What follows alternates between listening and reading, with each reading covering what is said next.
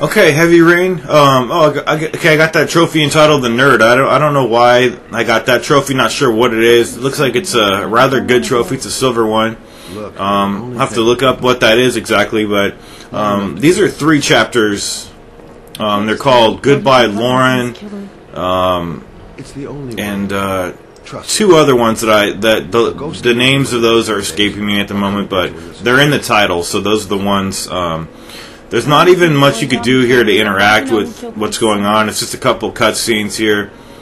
He's trying to when I'm done, I'll everything just tell Lauren that everything's okay, but she needs to go out of town for a while. And in this chapter, we're going to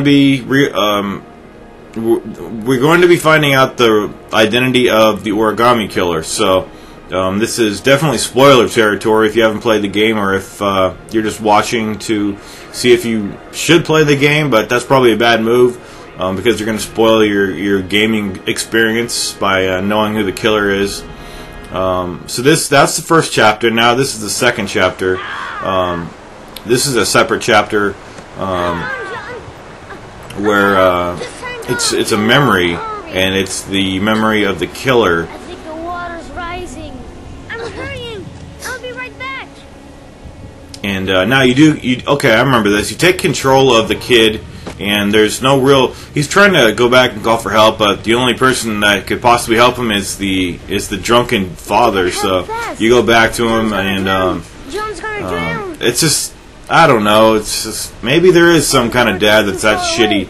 But anyway, it really made a profound effect on this kid because he grew up and he really had some psychological problems with fathers, and that's pretty much why he started doing the trials.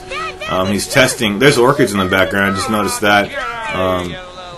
So the father's refusing to help the kid. The other kid's drowning. The father's just being a fucking dickhead, and this kid grows up to have a complex where he distrusts father figures, and he starts doing the trials to test what father will go to extreme lengths to save his son, even to the point of killing people, killing himself, just doing all sorts of things that will prove that he's a good father. So that's the conceit of the Origami Killer. That's his MO, and unfortunately, the kid has to witness the drowning of his. I think it may be his stepbrother, but it's still someone that he really loved. So that fucking sucks.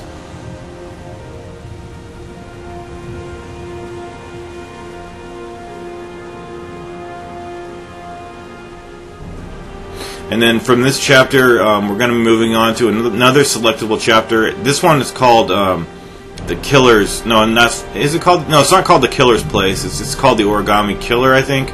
The next chapter is the one. It's a really fun chapter with Madison. So hopefully you've kept her around. You haven't gotten her character killed off, because it's a really interesting and fun chapter. And I got a trophy for doing one of the scenarios that I didn't do last time. So here's the fade in right here, and spoiler, but this guy is the Origami Killer. I was really surprised when I first saw that. I'm like, that's the killer. The first thing that I suspected was back in Manfred's shop. It's going to show how that particular murder took place at the very end and in the ending. But there's one thing I want to say about that that's not spoiler related, but I also like how every one of these pieces of the envelope and every little thing triggers memories that the killer is being fond about. But in Manfred's shop, there was I re-looked at my footage, and there is a moment where Lauren is scrutinizing the antique, the little ballerina. Here's another flashback. She's scrutinizing the antique, right? And it's like an extreme close up, and there is, the possibility that he could have walked away and gone into the back room and hit the guy with the typewriter and killed him. But that would have taken more time than was shown just during that extreme close-up of Lauren's face. So, and she would have probably seen him unless she was completely focused on just not being observant at that particular moment in time. But that's that. This guy is the killer. It was kind of, you could kind of determine that in this chapter too, when he's even though he's masked right here, he's a real bulky guy, so you could probably imagine that it might have been Shelby. So there's some lovely graphics right there. Anyway, so we're just tossing objects into the fire, and the next chapter is really cool, the one that I really enjoy. But it's going to involve some fire. So here's Ann Shepard, and Shelby's going to be standing over her bed. It's just really sad. Damn, that's sad. This game is just a sad tale of life. It really is. So I'm really okay. Oh, it was in this chapter here. See, he hits the guy, and I was looking at my footage, and there was. It's just like there would be no real. I don't know. It's just one of those things you have to use your. Just suspend your disbelief for a moment, you know, and just accept it.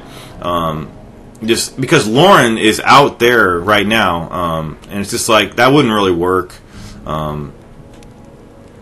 Maybe if you shot it with a silencer real quick, that would have been more effective. I'm not really sure, but that's it, and the rest is all ashes.